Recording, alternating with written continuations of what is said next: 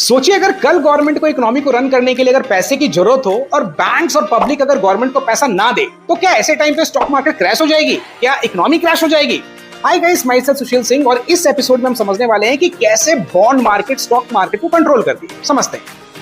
Weekly basis पे government को अपने फाइनेंसेस को रन करने के लिए पैसे की जरूरत होती है, यानी कि गवर्नमेंट ने जो पास में जो लोन ले रखे हैं उस लोन की रीपेमेंट करने के लिए या सब्सिडीज के तौर पे पैसा देने के लिए या गवर्नमेंट इंप्लॉयज की सैलरी वगैरह देने के लिए गवर्नमेंट को पैसे की जरूरत होती है, जिसके लिए गवर्नमेंट वीकली बेसिस पे मार्केट से पैसा उठाती है।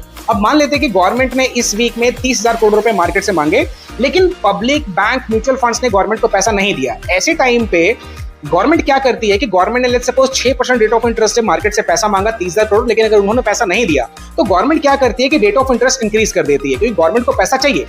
और जब गवर्नमेंट इंटरेस्ट रेट इंक्रीज करती है तो इसकी वजह से जो लिक्विडिटी स्टॉक मार्केट में थी वो लिक्विडिटी बॉन्ड्स में चली जाती है, वो लिक्विडिटी गवर्नमेंट के पास चली जाती है।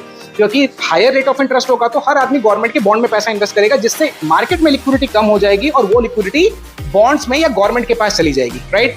जिससे इंडियन मार्केट के ऊपर एक नेगेटिव इंपैक्ट आएगा। तो यानी कि कभी भी अगर गवर्नमेंट अगर मार्केट से पैसा रेस करती है और अगर गवर्नमेंट इंटरेस्ट रेट इंक्रीज करके अगर मार्केट से फंडिंग रेस करती है तो उसका नेगेटिव इंपैक्ट स्टॉक मार्केट पे आएगा।